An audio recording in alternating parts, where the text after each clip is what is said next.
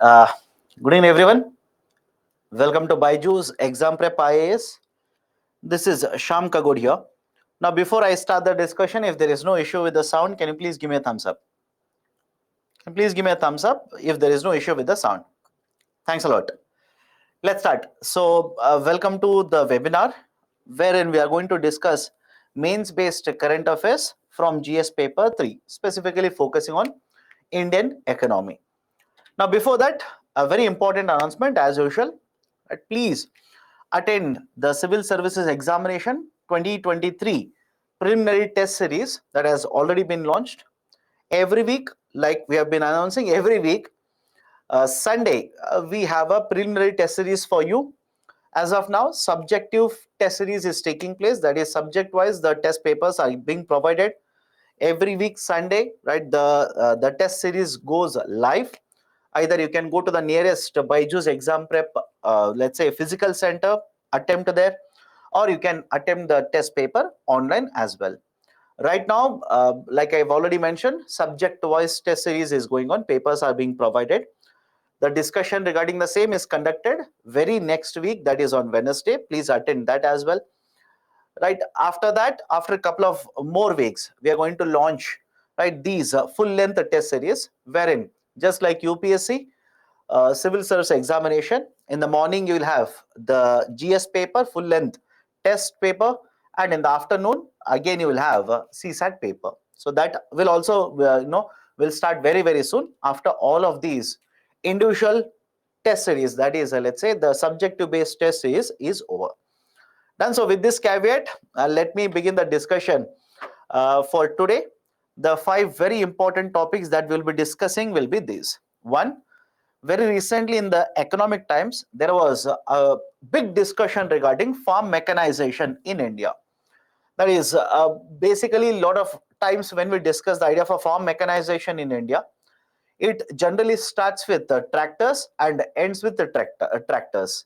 So there was this article which says, is it tractorization or farm mechanization? We'll understand that. Second, anti-competitive behavior of tech companies. That is basically in the month of December, a standing committee, right, parliamentary standing committee has come out with a report regarding anti-competitive behavior of big tech companies such as, let's say, Apple, Google, etc. And in recent times, there is a lot of discussion regarding Government of India having a Digital Competition Act. Again, the act is just proposal as of now, right? Nothing has been put forward by the government. It will come later in the discussion. That is in the later months. Third, right? Are there any lessons for India to promote manufacturing? Right? We will make a comparison between India, let's say Taiwan, India with let's say South Korea or Japan for that matter, and right we'll try to understand what are the issues in India, what these countries have done, right, and what are the recommendations that you can provide. After this, we'll have a discussion regarding modernization and competitiveness in cooperatives. One article from the Kurukshetra magazine for the month of January, and one more article, making millets very popular. That is what reforms have been undertaken by the government to promote, right, the millet consumption in the domestic market. Right, Government of India is taking a lot of reforms. We'll have a discussion. So let's start.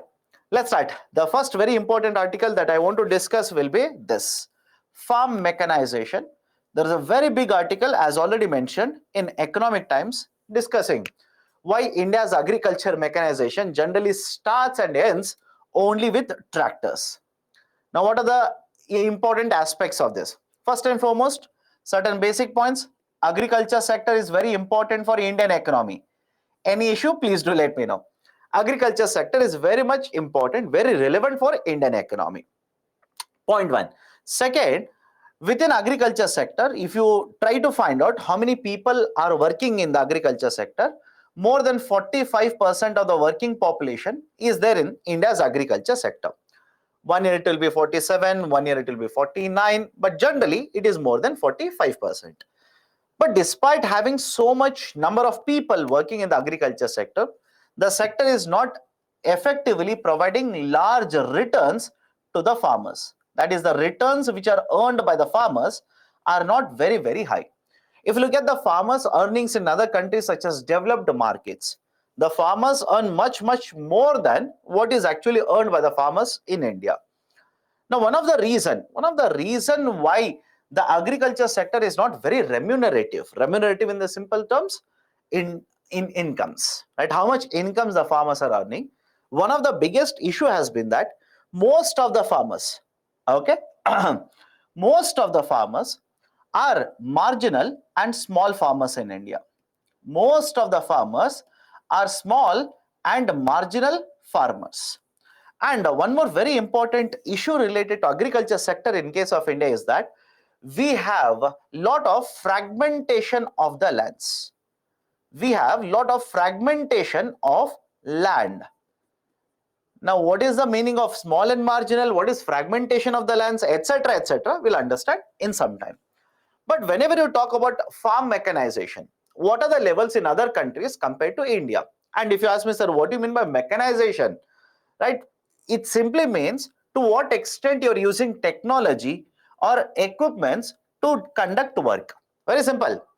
I can, for example, I can use a physical labor, that is, let's say, human labor, to sow the seeds or irrigate the land or apply pesticides or insecticides for that matter. In the context of application of pesticides and insecticides, rather than using human labor, can I replace them with robots? Can I replace them with drones? Can I replace them with machines? Answer is of course yes. So whenever you promote usage of technology, mechanism like this, etc., this is called as farm mechanization or agriculture mechanization. Now, what is the agriculture mechanization in developed countries? If you look at the Western European market, the mechanization that is there in these markets is very high. Generally, 95%, more than 95% of the work is done using mechanism, that is, let's say, equipments, and the human labor usage, right, basically is much lesser. And on the other hand, if you look at USA, one more developed country, right, in case of USA, again the agriculture mechanization levels are very high, more than 95%, and the human labor usage is also very less. As against this, if you look at the Asian countries such as China, in China the usage or the mechanization levels are generally around 48%, and in case of India, the mechanization levels are around 40%. Right? Why this has happened, etc., etc., we'll understand in some time. Please do not worry. But this is a fact. In Western countries and developed countries, mechanization levels are much higher, whereas in the context of India, mechanization levels are very low. Now, in the context of mechanization, if you promote mechanization, what does it actually mean? Where all we are going to use certain equipments or technology for that matter. You can use equipments or technology at various stages. That is, from the preparation for cultivation to post-harvest mechanisms. Is it okay? Right? Basically, the stage is what? One, you will prepare the land for cultivation. Right? Second, once you have prepared the land, now you will sow the seeds.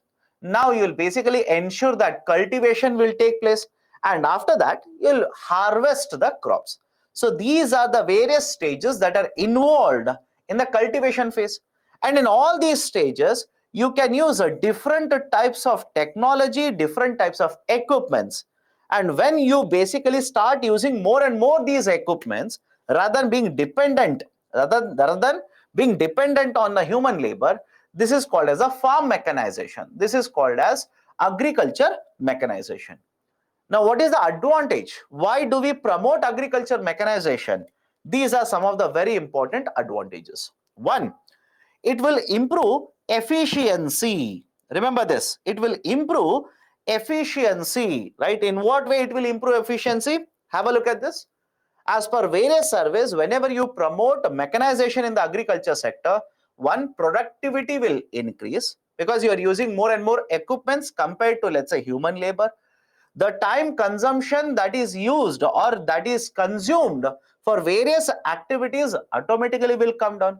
In many of the cases, the cost that is incurred, the expenditure that is incurred by the farmer for all these activities, expenses have come down.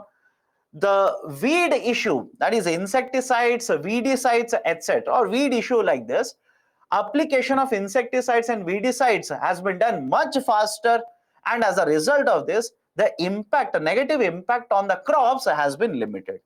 Now, should you remember all of these particular numbers? Absolutely no.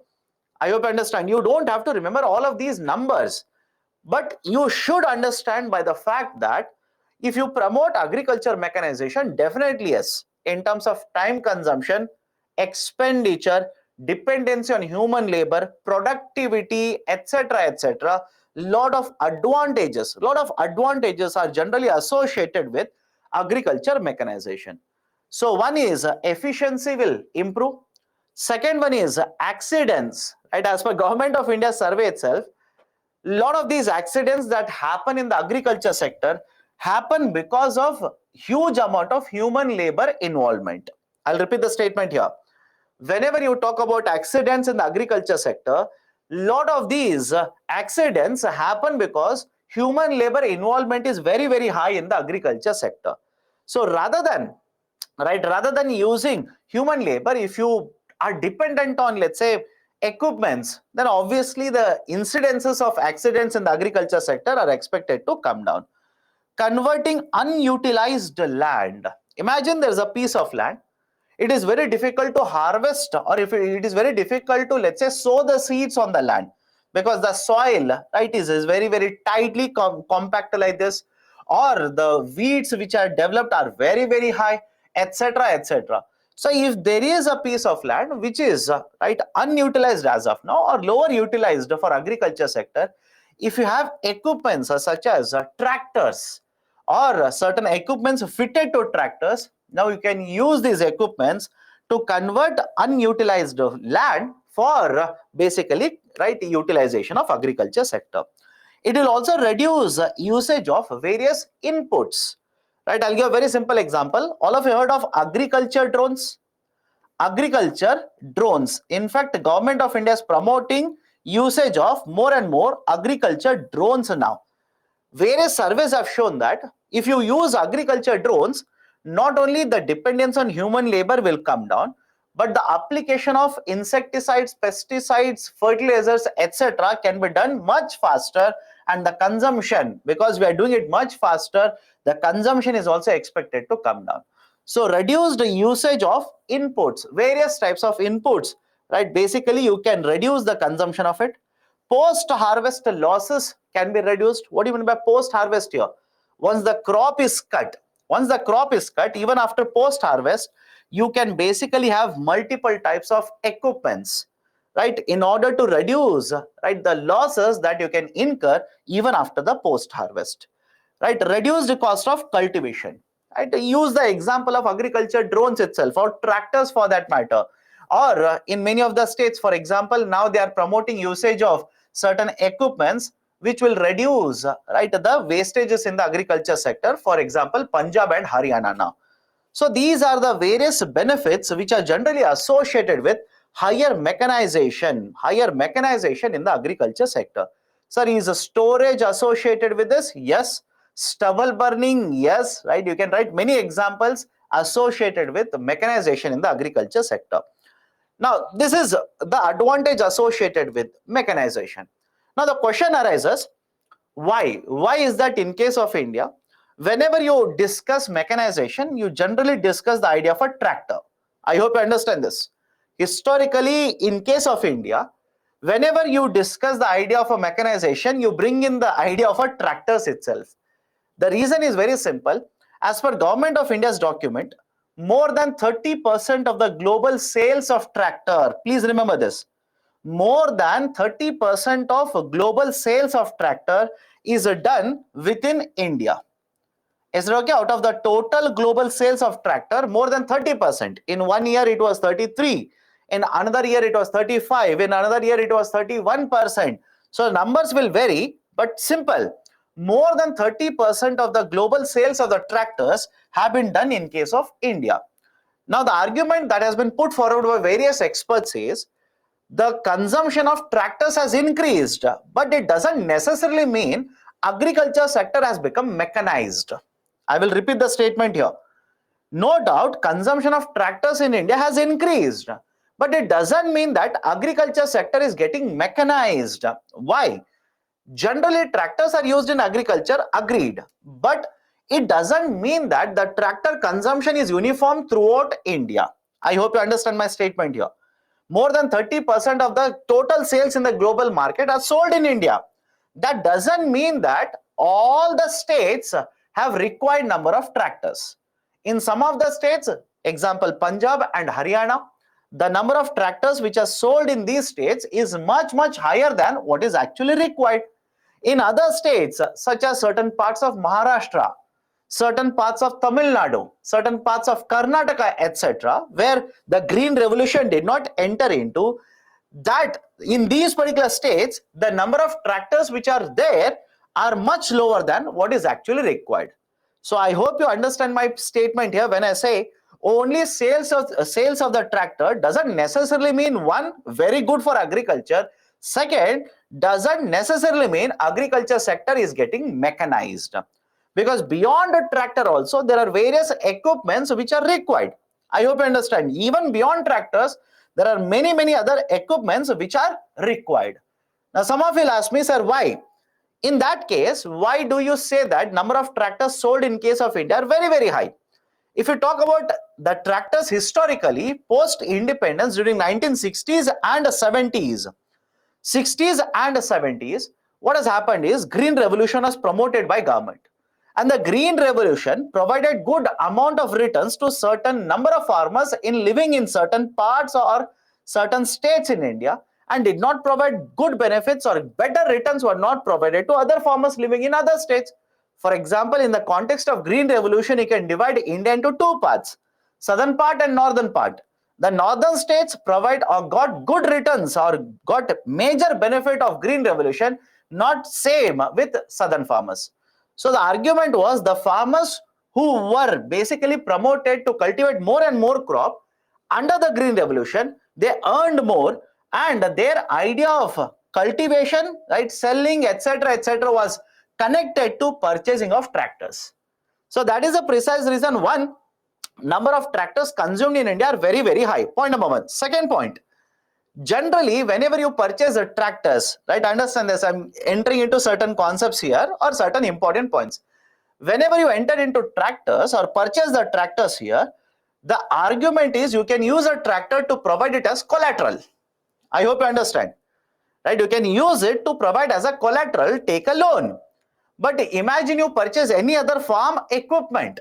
You spend money on tractor also, you spend money on other equipment also. But if you purchase any other equipment, generally these are not accepted as collateral or security when you take a loan. So obviously as a farmer, you want to invest in A or B or a tractor, you will end up choosing tractor. Third very important point, right? Even in agriculture sector, the number of tractors which are required is required only for specific time period. I have to understand, right? During, let's say, transportation stage, during a movement of fertilizer, during, right, bringing of let's say food grains, etc., or during harvesting or sowing season. Let's say once the sowing season is over, now the crops are getting cultivated, crops are growing, and what do you think is the use of a tractor at that point of a time? Which means even after using in the agriculture sector, you can use the tractor, you can lend it, you can give it on rent to somebody else. I hope you understand this, right? These are given to, right, for some other purposes. These are owed to some other sectors, can be used in, let's say, real estate, can be used for any other purpose in the rural market. Can you use these equipments in the agriculture sector, any other equipment for other purposes? Again, the argument is no. Third one is you spend a lot of money, right? Let's say you purchase an equipment which is used only during harvesting. So argument is the tractor can be used multiple points at multiple times. But this equipment you will use only during harvesting. After harvesting, what is the use? Next important point, a tractor is stolen, registration number is there. Registration number is there.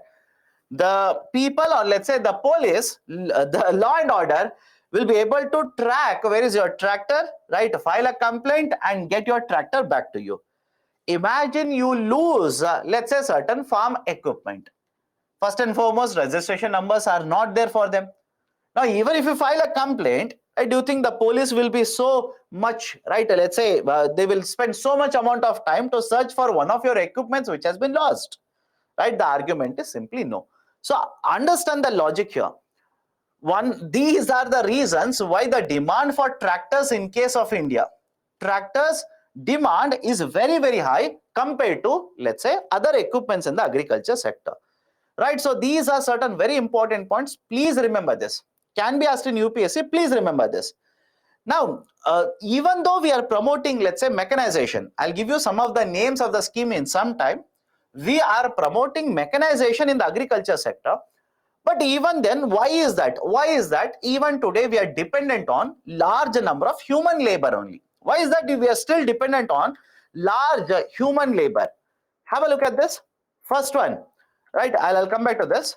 First one is fragmented lands. Fragmented lands means what? Imagine here is a farmer.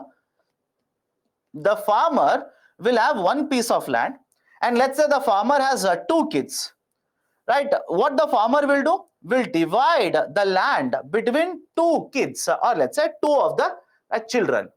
Now, if these two children, right, again have two people, right? Let's say two children each again. Now, this farmland will be broken into four components or four simple pieces like this. The problem is this is called as a fragmentation.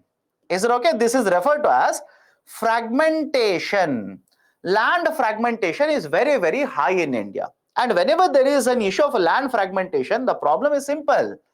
You need to put a lot of money in order to cultivate. Rather than having a larger piece of land, now you have four individual pieces. So the cost of inputs automatically will increase. Now some of you are asking, sir, how? How is that in four pieces? The cost of input will increase. Apply the concept of economies of scale. Simple. Apply the concept of economies of scale. Right? You purchase a machine. If you purchase a machine and use the machine to produce 200 goods, cost per unit automatically will be lower. If you purchase one machine, I also purchase one machine, both of us will produce one good and sell it in the market. Don't you think the cost of the product would be higher because we are not utilizing the scale there? So in the same way, each of these four people will purchase, let's say, one tractor. Each of the four people will purchase a different equipments, etc., which means cost of cultivation is higher here, right? So that is the basic problem with respect to the fragmentation of the lands. And in case of India, there has been fragmentation over a period of time. There has been a lot of fragmentation of the lands. Now, because there's a fragmentation, the cost of inputs always has been increasing because of this particular issue. So one reason why, right, the farmers' usage of human labor is very high rather than purchasing equipments is fragmented lands. That is small pieces of lands are there. Earlier, I hope remember, in the beginning of the topic, I said most of the farming that is done in case of India is, let's say, small and marginal. One of the reason is fragmentation itself. One of the reason is fragmentation. That is, most of the farmers cultivate on a piece of land of 1 hectare or 2 hectares, up to 2 hectares, which means they do not have sufficient amount of money. They do not have sufficient money to spend and purchase these kind of equipments, right? So fragmentation of the lands, which is limiting the amount of income earned by the farmers, is having an impact on what kind of a technology, what kind of, let's say, investment they generally do in the agriculture sector. Okay, right? So that is one reason why even today we are dependent on human labor rather than utilizing all of these equipments. And understand the next point also. Understand the next point here. You might be wanting to purchase these kind of equipments. These are not very cheap. I hope you understand. These kinds of, right, equipments are not very cheap. These are costlier. Some of these equipments will basically have a cost of 20 lakh rupees, 30 lakh rupees, right, 25 lakh rupees, etc. And these are not very cheap, and farmers, most of them are, right, small and marginal. That will have an impact on all of it. Okay. Now, apart from this, earlier slide, right, somebody said you skipped one slide. No, my dear, earlier slide, whatever I discussed, it is there in the slide. For example, how many tractors are there in the global market, how much has been sold in India, that same information has been provided. How many tractors are there, how many mechanical equipments are purchased in agriculture sector in India and right, let's say in the international market. So the same concept that I've discussed, it is there in the picture. Please have a look at it. Okay, now we have understood what is farm mechanization. Second one is why farm mechanization is required. What is the status in India? Now, what are the challenges? If you want to promote absorption or let's say utilization of the farm mechanization, what are the challenges here? One, farmers' earnings are very low in India. Fragmented lands means cost of inputs would be higher and the farmers' earning would be lower, which makes it very difficult for them to adopt the mechanical tools. That's the first challenge. Second, interest rates are higher in India. What do you mean by this? You want to purchase an equipment, you want to take a loan on this, the rate of interest charged on these types of loans generally are higher. And in fact, this article and various experts agree, right? Various experts agree that even when the loans are given by the banks, generally they provide loans at a lower rate of interest. So if you want to purchase a tractor and if you want to purchase something else, some other equipments in agriculture sector, the rate of interest is generally normal higher than the rate of interest given to you when you want to purchase a tractor. So cost of the capital or rate of interest is higher. Second, cost and post sales surveys. Post sales surveys, that is, you have purchased the product. Now, because you are living in a village, do you think the company will send, right, a representative or let's say technician to your home to repair it? But on the other hand, compare it to a tractor on the other hand. Right, don't you think the services center across in India much higher in number? I hope you understand. You purchase an equipment, right? Let's say anything apart from tractor, you purchase an equipment in agriculture sector. The company will not be having service center throughout India. Again, if you ask me, sir, why they don't have the service center throughout India, reason is again simple. The sales that they have done is very low. And for that amount of income, they will not be able to provide all these services throughout India. They will have, let's say, a representative or let's say an office or a service center maybe in one of the cities in whole of the state. Whereas if you talk about the tractors, right, the sales are very high. Service centers which are set up across India are also very high. And not just this, even if you depend or if you talk about, let's say, number of companies, how many number of companies are selling tractors in India? The number of companies which are selling tractors are very high. I hope you understand. Number of companies which are selling the tractors in India, right? There are foreign companies, there are domestic companies. Whereas other farm equipments, generally you will not find many of these sellers. Over reliance on the tractors, generally that is the situation in case of India. So the farmers will be reluctant, right? The farmers will be reluctant to shift away from the tractor to any other farm equipment. Economic status of the farmers. What do you mean by economic status? As already discussed, most of the farmers in case of India are small and marginal, which means their incomes are lower. Is it okay? Their incomes are lower. And because the incomes are lower, their investment in the agriculture sector, right, apart from let's say the tractors, would also be lower. And finally, R&D, that is research and development. Research and development. Now, if you talk about research and development, Government of India spends a lot of money research and development in agriculture sector. Private sector also spends a lot of money in R&D in agriculture sector. But don't you think because the demand for the tractors is very high, the amount of money that is spent in R&D will automatically be much higher for tractors compared to any other equipment in the agriculture sector.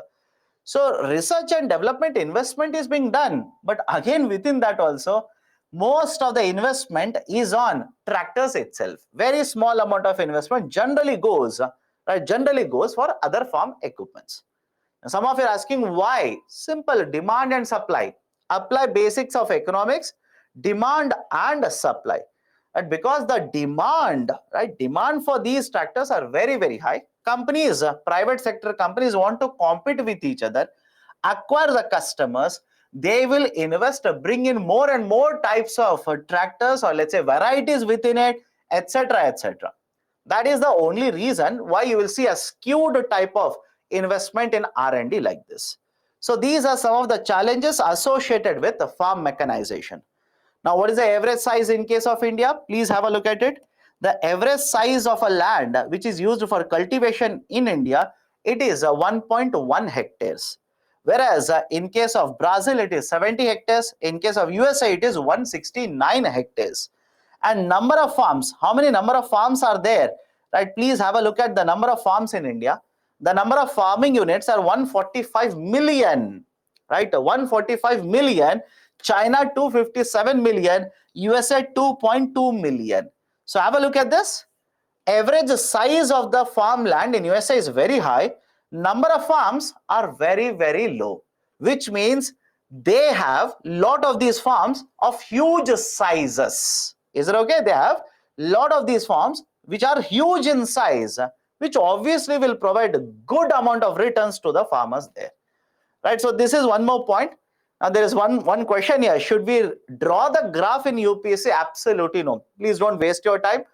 If you want to remember the fact like this. Number of farming units in India, or let's say farming lands in India, are very high, but average size is very, very low.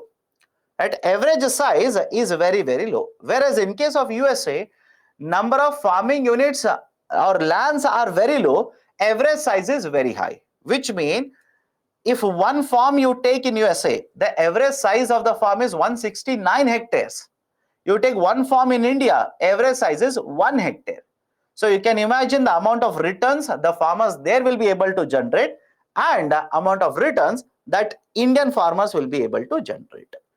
Now, has Government of India done anything in order to promote mechanization in agriculture sector? These are some of the reforms. These are some of the reforms. Please have a look at all these reforms. Again, in UPSC, I don't expect that specifically one reform will be picked up and asked. Again, reason is simple. If it is there in the budget, if it was there in the newspaper, UPSC can pick it up. But apart from that, what is the practice of the government? Right? The government might simply, what is the practice of UPSC? The UPSC might simply ask you, discuss the issue of agriculture mechanization, give recommendations. Right? Or they might ask you, what are the challenges of agriculture mechanization in India? Recommend certain changes. These are some of the kind of questions that civil services examination might ask. But specifically, they will not enter into these schemes and ask you. Why? I'll tell you. Hundreds of schemes are announced by the government. I hope you understand my point here. Hundreds of schemes are announced by the government, and you as a civil service aspirant are not expected to remember everything about every scheme. And that's not possible also. Don't try it. Don't say, how can you talk about this, right, when you're talking to me, or when you're talking about me, how dare you say that I can't remember every scheme. So I will take 1 year by heart every scheme and forget about reading every other subject in UPSC. Don't do that. UPSC doesn't test you there. Right? So you can remember those schemes which were there in the newspapers, right? Which were there in the newspapers recently. Now, some of the reforms or the schemes which have been launched by the Government of India is one, SMAM, Submission on Agriculture Mechanization. In fact, this was there very recently in the newspaper, because under Submission on Agriculture Mechanization, which was launched by the government in 2014 and 2015, Government of India is providing subsidies for promotion of adoption of drone technology. Remember this, right? For the promotion of adoption of drone technology, right? Government of India has actually introduced or has introduced a component under the Submission on Agriculture Mechanization. Then there is National Food Security Mission, NFSM, right? Basically, the National Food Security Mission was launched in the year 2007. And under this, Government of India has multiple components. For example, there is a National Horticulture Mission, National Bamboo Mission or Bamboo Mission, etc., etc.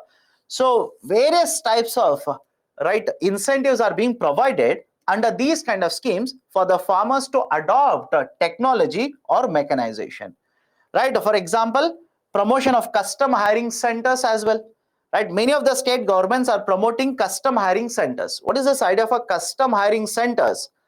Right, so custom hiring centers are basically those centers which will provide you the farm equipment on rental basis. Simple. They will provide you the farm equipment on a rental basis. Right, what is this idea for rental basis?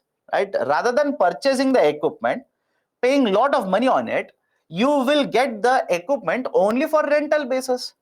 Right, you will use it for, let's say, 1 days, 2 days, etc., etc., and then you'll basically return the farm equipment. This is basically called as a custom hiring centers. Many state governments are promoting the concept of custom hiring centers. Apart from this, there is a Rashtriya Krishi Vikas Yojana as well as MIDH, Mission for Integrated Development for Horticulture.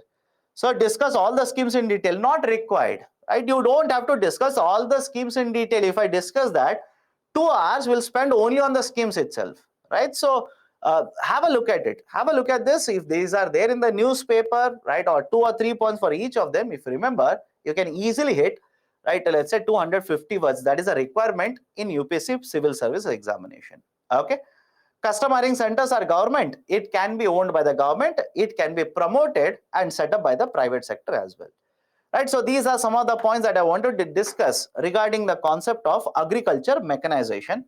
Now, a descriptive question here. Indian agriculture has seen more of a tractorization than mechanization. Elaborate and suggest measures. 250 words, right? That is right 15 marker question. Okay, so this is right first topic that I want to discuss. Farm mechanization, how it will reduce accident. My dear, right, if you're using too many people, right, the coordination might be lost. And let's say you're using, I'll give a very simple example. Government of India, when they were promoting the drone technology, government itself said, what if you're using, right, let's say you're applying fertilizer and a snake bite, right, a snake will come and bite you, or a wild elephant will come attack on you, right, a leopard will come attack on you. And so there are many of these accidents that have taken place. You don't have to by heart accidents. I hope you understand, right? You don't have to by heart these accidents for UPSC civil services examination. They will never be asking all of this. Okay. Now, let me go to the next one. Second topic that I want to discuss is the concept of anti-competitive behavior of tech companies. And whatever I discuss now regarding the tech companies, remember certain examples. Apple, Google, right, etc., Facebook for that matter. Remember these examples, automatically you'll understand, okay, this company will do this company will do this, etc., etc. Now, why I want to discuss the concept of a right anti-competitive behavior of technological companies. Reason is very simple. Like I've said, in the month of December, the standing committee, right, the parliamentary standing committee has come out with a report. Sir, should I read the report? Absolutely no. For civil service examination, you don't have to read the report. It's not small, it's not required in detail. Point number 2. This committee, right, the parliamentary standing committee has recommended that government of India should come out with right certain changes, should come out with Digital Competition Act. And if you have read the newspapers in the last 2 weeks, at least 3 or 4 times there was a discussion regarding Digital Competition Act. Again, having said so, has the government of India introduced or implemented Digital Competition Act? Right now, answer is no. It is still in the discussion stage, in the sense that they are basically consulting various stakeholders in the system, and they are yet to come out with even what is the proposal they want to have under the Digital Competition Act. Now, what are the observations that have been made by this committee? Let's look at certain observations. Then what are the recommendations? Right? So basically, then we will understand this. So have a look at this. First one, the committee says that there are few of the companies, they will grow very large very quickly because people will start utilizing it Again, remember this. Remember example of, let's say, Google or Facebook for that matter, right? Or YouTube for that matter, or Apple for that matter. So remember these examples, automatically you'll understand. So there are certain goods or services that are introduced in the market. The people will start utilizing these services, and through the word of mouth, or because it becomes very famous, more and more people will start adopting this kind of a technology, which means very soon adoption of technology, usage of services will increase, but in the market very few companies will be there. Is it okay? In the market very few companies will be there, right? Sir, any example? Best example, Google. You tell me, apart from Google, right, generally to use any other explorer for, let's say, searching internet. It has become so synonymous, right? In simple terms, it has become basically a word. If you want to search, they'll say Google it, right? Google is basically a name of a company or name of a product like this, but it has become so famous, it has become so much relevant for everyone, you, me, etc., etc., that the term itself has become equal to searching, right? Some of you are saying, sir, binge, sir, that, sir, this. But please understand, today you might give me examples, but if you want to search something on the internet, first thing you will do is open Google Chrome. Don't tell me that, right? Don't tell me, sir, binge is there, sir, that is there, sir, this is there. You don't search, you don't use any of them, right? Only for the sake of argument you are telling me now. You will simply Google it. In fact, if you have read the newspaper, Microsoft Internet Explorer. How many have heard of this? Microsoft Internet Explorer. Right? In case of Microsoft Internet Explorer, very recently, they have basically cancelled this product. This was there in the newspaper, by the way. Right? This was there in the newspaper, by the way. Right? So Internet Explorer, which was basically one of the starting points of searching in the internet, the Microsoft has discontinued, has basically put it in the recycle bin now. So to such an extent, these kind of companies have acquired the market. And the problem is simply this. Once they have acquired the market, they do not allow anybody else to grow in the market.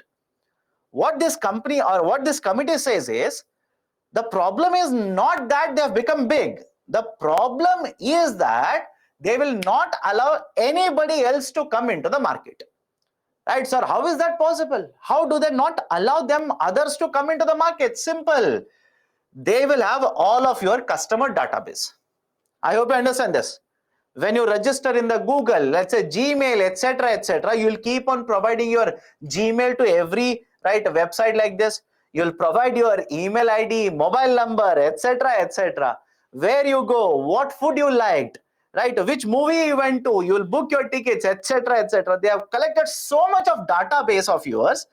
They will not disclose it to others. Where even if they disclose, it is only for sales purpose. They will not disclose it to competitors in such a way that other competitors will be crushed in the market. Only these companies will have a hegemony in the market. That is problem. The committee says that is the problem here. They are not allowing anybody else in the market to grow. So first one, the committee says that we should identify some of these companies and classify them as systemically important digital intermediaries. SIDI. And this can be implemented under Digital Competition Act. Please remember this. Okay, so the committee says that some of these companies which are very much important. Sir, how will you identify these companies? Again, let the Digital Competition Act say that. But this committee says based on the revenue, based on the income generated, based on the customer usage, etc.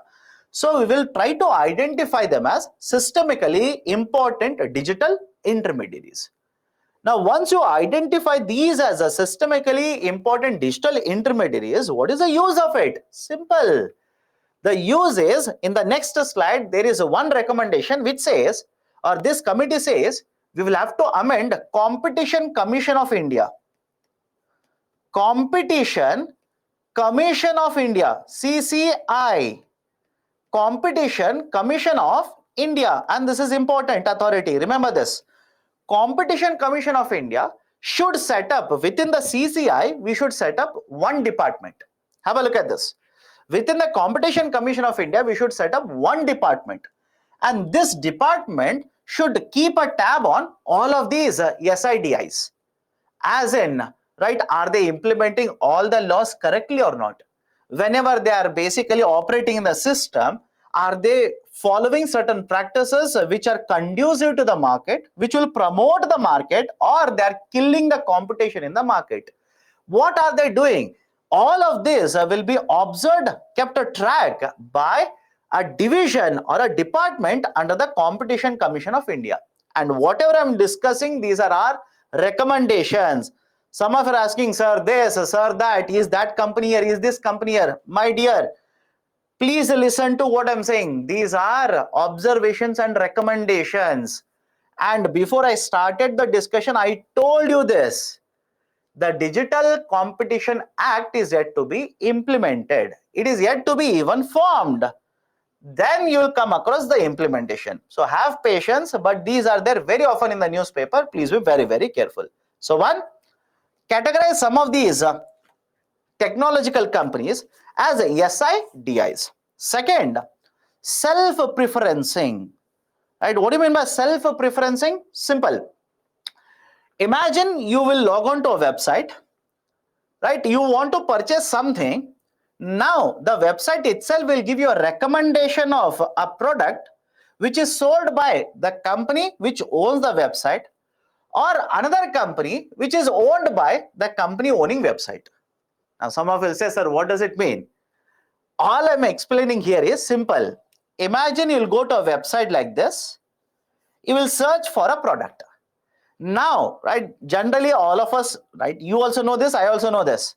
We will not keep on scrolling for 10 pages or 20 pages to find out where I want to purchase the same product. So what I'll do, right, generally I will search for it. There will be recommendations at the top, right? Most of the times I will use these recommendations which are given, try to purchase the product. Now what if the company which is selling this product, it is owned by the company which operates the website also? This is called as self-preferencing. That is giving preference to itself. Simple. Giving preference to itself. Self-preferencing. Now you will ask me, what is the problem with it? The problem is simple, right? You must have seen examples or any example of this. Amazon. Right? Best example, Amazon. And again, like I've told you, Amazon, Google, Apple, all these are accused of all of this. So if you search for a product in Amazon, they will try to sell you a product which is owned by a subsidiary of Amazon company. Subsidiary means another company owned by Amazon. Simple. Right? So the argument is, if you keep on giving these recommendations, what about other companies who want to sell the same product? I hope you understand this. Right? You run the website, you decide what will be there in the recommendations, you put your own product. What about others then? Right? Don't you think others in the market will suffer because of this? You're abusing your dominant position in the market. Okay, so that is one problem, self-preferencing. Anti-steering clauses. Anti-steering clauses. Right? What do you mean by anti-steering clauses? Simple, follow this carefully. Imagine you log on to Google, you will search for a product, or you log on to certain websites which will provide you holiday packages, etc., etc. You will click on a hotel. Now that will take you to the hotel website. You will, right, basically enter into that website, right, book let's say 5 days of stay. Now follow this carefully. In the website then that you started searching from, the actual package was 30,000 rupees. The actual package was 30,000.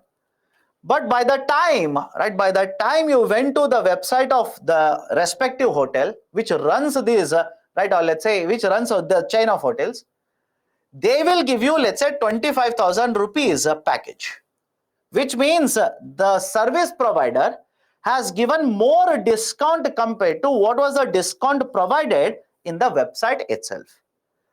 These companies will not allow this to happen. I hope you understand. These companies will not allow this to happen. Why? Simple. Right? Some of you will ask, sir, why does it happen? It's simple.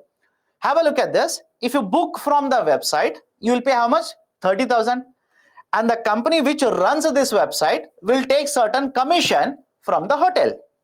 Now you have booked it directly from the website of the hotel. You have got it at 25,000. So why will you use the website here?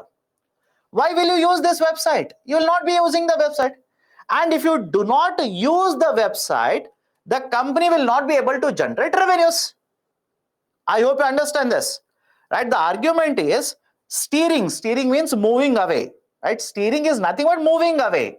Whatever is the service provided in their website, you should not be providing better service than that. Simple. I hope you understand. Right? You're registered in a website. Right? You're providing a service. You're registered in a website. You will also provide the similar services through your website. You should not be providing better discount compared to what this website is actually providing to the consumers. This is called as steering away the customers. You are not allowed to steer them away. Right? Anti-steering measures or anti-steering clauses. Okay. Third one, bundling provisions. Idea of a bundling. Bundling means what? If you purchase product A, they will bundle, right, another product with that. They'll basically say, if you purchase this, right, it is useless without another product. Right? I hope you understand this. Right? This concept is called as a bundling of the services. So bundling of services, right, will also basically hamper competition in the market. I'll give a very simple example. Imagine you go to a booking website. You have booked a holiday. Now, the company through which website you have booked a holiday, they will basically say, you want to book it, then you'll have to purchase this. When you land, you'll have to take this taxi, services we are providing, etc., etc. Which means other competitors are affected because of it. This is called as a bundling provisions. Bundling also hampering competition. And finally, acquisitions. Right. One more problem with these big tech companies is acquisitions. What is the problem with acquisitions? Simple. They will keep on acquiring one company after the another company. Very smaller companies which have, let's say, very good potential to compete in the future. And by acquiring these companies, what will happen? Right? Basically, it means there is absence of competition in the market.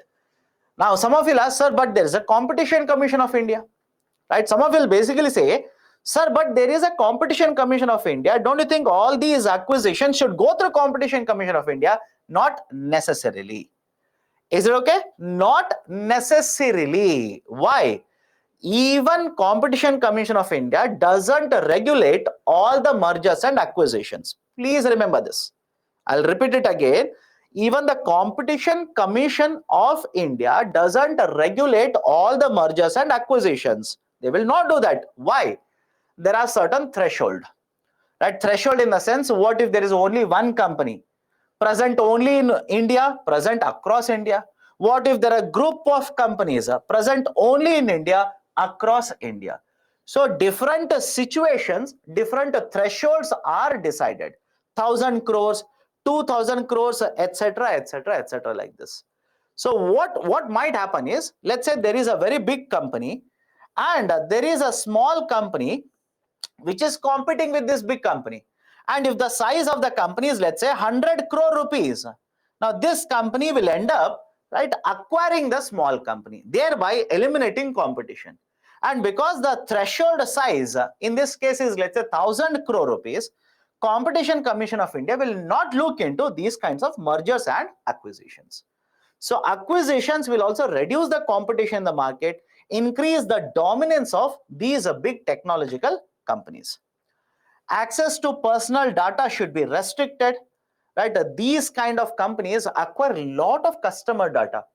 Right? What kind of goods you have purchased, right? What kind of music you like, what kind of searches you have done, etc., etc., etc. Everything, right, about you, they have information related to that. And this kind of information may not be available for other competitors. And that will basically prohibit competition in the market. Now, some of you will simply say, sir, if they also have the data, what is the problem here? Problem is simple. If they also have the data, they will start providing the similar services. I'll give a very simple example. When you go to the YouTube and start searching for certain videos, don't you think the algorithm of YouTube will find out, okay, you are this kind of a person. Simple. You like this kind of a video. You like this kind of a music, etc., etc., etc. Now tell me what kind of videos that they will market to you, right? What kind of products do you think they will market to you?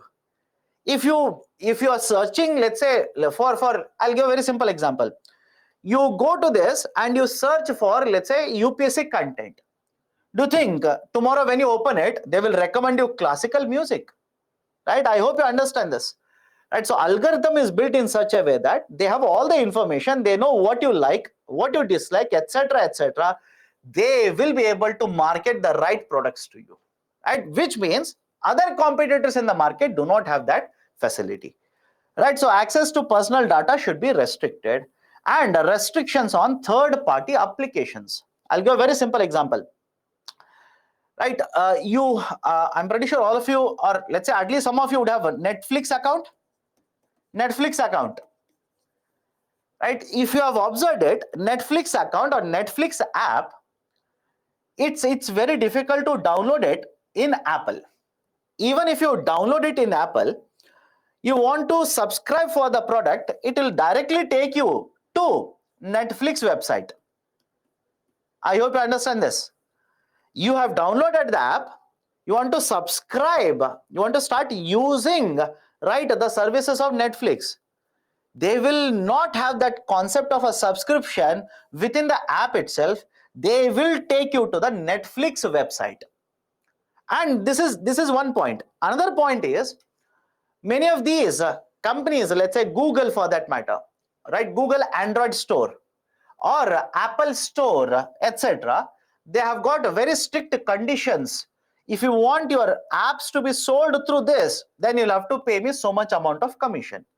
You want, right, basically to use this, then you'll have to provide so much amount of revenue to me, etc., etc., like this.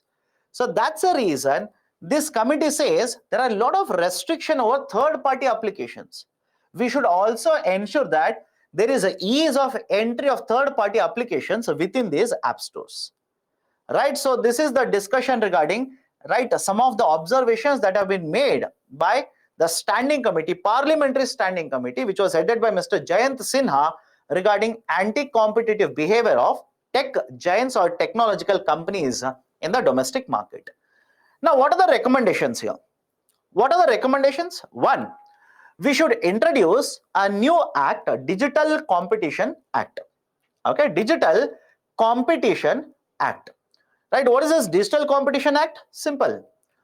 We should have certain provisions which will target these digital technological companies. A new law must be introduced which will regulate these digital technological companies. And the reason that they say is, this sector has grown so fast. These are not providing traditional goods. These are not providing traditional services. So these have started providing certain services in a very, very niche area. Niche area means not a traditional area.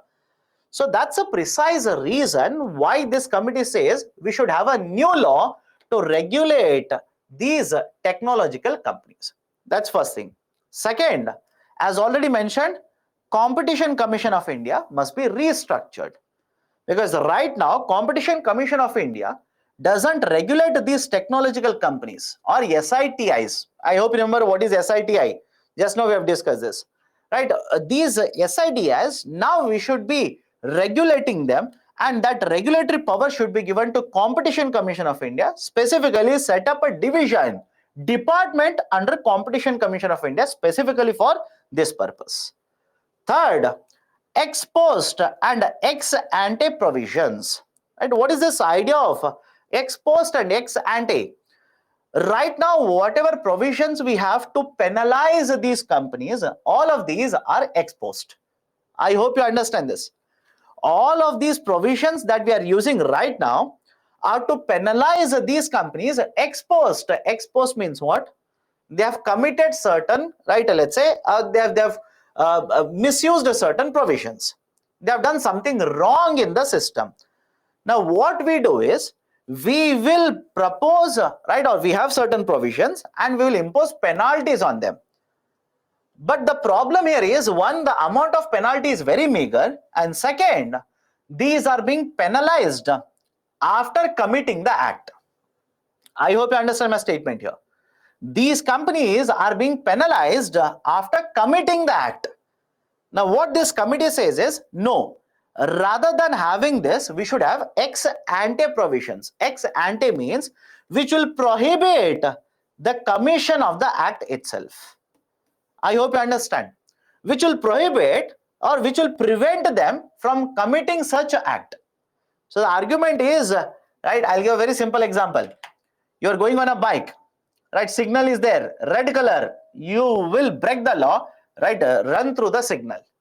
And most of you, I'm pretty sure, or let's say at least some of you, not most of you, some of you will simply say, right, sir, why? Even if I break the law, what will happen? 200 rupees, 500 rupees. I will give the the penalty as such.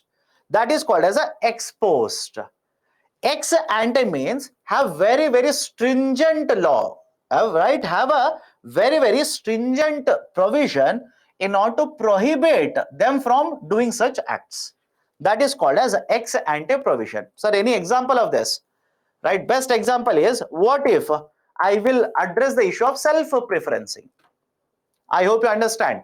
What if I have certain provisions which will basically remove the concept of self-preferencing, right? Don't you think self-preferencing, if it is addressed, right, that is one of the provisions which is or which can be referred as an ex ante provision.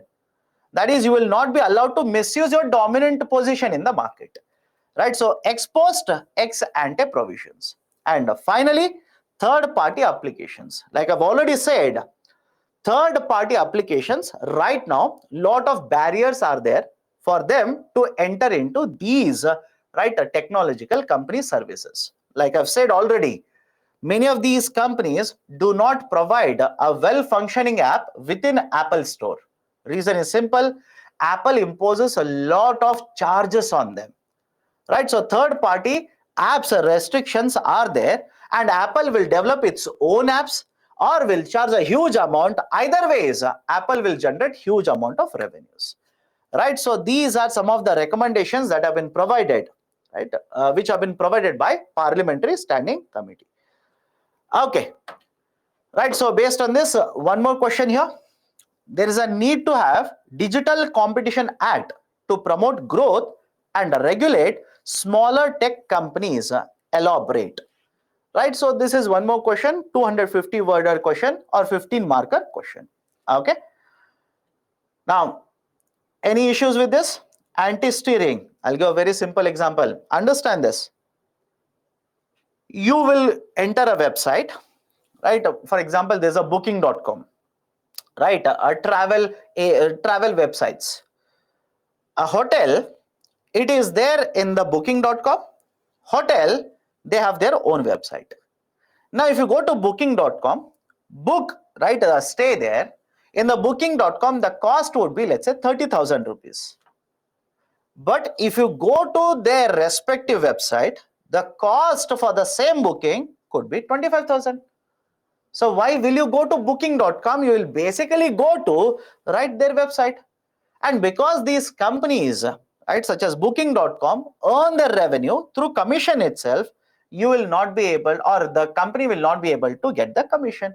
Now the company tells the hotel, do not provide, right, the services that you're providing through your website, you should not be providing at lower prices than, let's say, 30,000. That is anti-steering provisions. Okay, done. Bundling. Bundling means when you purchase a product, along with that product, the company will sell something to you. I hope you understand bundling. Right, best example, if you purchase, let's say today, iPhone, right, go to the market and try to purchase iPhone and see whether they will bundle, right, this charger separately, or the product itself comes along with the charger. Just think of it, right? Even Samsung has started doing this. OnePlus has started doing this, etc., etc., etc. Okay, so these are some of the things related to this. Let me go to the third question or third article here. What are the lessons that India can learn from other, right, companies, or let's say other countries, right, neighboring countries, to promote the manufacturing sector? Okay, now let's start. What is the situation of manufacturing in India? One, employment in manufacturing is very high. 6.2 crore people are employed in manufacturing sector. Second one, it contributes around 16% of gross value addition to total GVA. Right, GVA you will get, then you will have GDP. Right, so around 1/6 of the total contribution in the gross value addition comes from the from manufacturing sector itself. In fact, earlier government of India has launched a program, right, Make in India initiative. Even before Make in India, they had an initiative called as National the Manufacturing Plan as such, NMP. Under that, government of India wanted to increase this contribution of manufacturing sector from 16% to more than 25%. Right, so contributes around 16%, right, to total gross value addition. Lot of investments will come in the manufacturing sector. Lot of investments, not only from the domestic market. Lot of investment will come even from the foreign market. For example, foreign direct investment that has come in, let's say, mobile manufacturing. All of you have heard of mobile manufacturing, right? I'm pretty sure all of you heard of mobile manufacturing, or for that matter, now, if you talk about automobile sectors, and mobile and automobile both are different. Don't say both are one and the same. Mobile and automobile both are different, right? So lot of contribution from this sector goes into in terms of investments. Not only from the domestic market we get lot of investment, we also get foreign investment in lot of these sectors within manufacturing. Third one, it will contribute to exports from India. It will contribute, right, to employment generation, already discussed. It will contribute to GDP as well. So these are some of the factors which you can generally attribute to manufacturing in India. What is the meaning of GVA? My dear, right, this is a mains paper discussion. I believe that you should know all of this. And somebody was saying, right, this is not current affairs. Whatever is there in the current affairs, I'm discussing that. For that reason only, I've taken even the newspaper cuttings for you. So GVA basically is gross value addition. Right? I hope you understand. If I start discussing gross value addition, that's a lecture for 3 hours. Right? Should I start discussing gross value addition in, let's say, the mains paper discussion here? Right? So these are some of the factors, or let's say features, which are generally associated with concept of manufacturing in India. Okay. Now, apart from this, I've also given the data here. Please have a look at it. Do not by heart it. Please do not by heart it. Have a look at it. What does this pie chart represent here? The pie chart simply represents total amount of FDI investments that has flown into the equity of various sectors, or in the form of equity in various sectors, where we have attracted lot of this investment. Most of this investment, around 1/3 of this, has gone into automobile sector, right? Around 20% each in chemicals as well as drugs and pharmaceuticals, right? Apart from this, we also have a food processing industry, electrical equipments, cements, textiles, etc. And by the way, all these are the examples. There was one question, sir, any example of manufacturing? Please give me examples of manufacturing. All these are the examples of manufacturing itself. All of these are the examples of manufacturing sector, right? So in case of India, huge amount of foreign direct investment has actually flown into India, and these are the sectors which has attracted highest to lowest amount of, right, the investment within the manufacturing sector. Okay, full form of FDI, foreign direct investment. Foreign direct investment. Now, what are the problems in the manufacturing sector? Within India, what are the problems? First one, labor market issues. Right? Within labor market, you can understand it under two heads. One, skilled labor availability in India is very, very low. Skilled labor availability in India is very, very low. As per economic survey, generally in the context of India, out of the total labor, out of the total working population, generally we have around 11 to 12% of the working population which is actually skilled. Skilled means what? The right kind of, let's say knowledge, application of knowledge is available to them, right? If I were to give you a simple example, imagine, right, you join a job, right, you become a software engineer. But if you do not know the right language to write the codes, I hope you understand, right? If you do not know the right language to write the codes, then it simply means you do not have the right skill set. Simple, right? You do not have the right skill set. You might be skilled, but the skill set that is required in the job is something else, right? So generally the argument in case of India is one, skilled labor availability is low. Second, the labor laws are itself a problem. The labor laws are a problem into itself. Right? What do you mean by this? Simple here, understand this. In case of India, labor as a subject falls under the concurrent list. Okay, it falls under the concurrent list. And as a result of this, central government is allowed, right? Central government is allowed to make laws. State government is also allowed to make labor laws. And because of this, we have more than 100 labor laws in India. More than 100 labor laws. The problem with respect to that is, if more and more labor laws are there, it becomes very difficult for you to follow these laws. Because all of these laws will have one or the other provision which is applicable to you.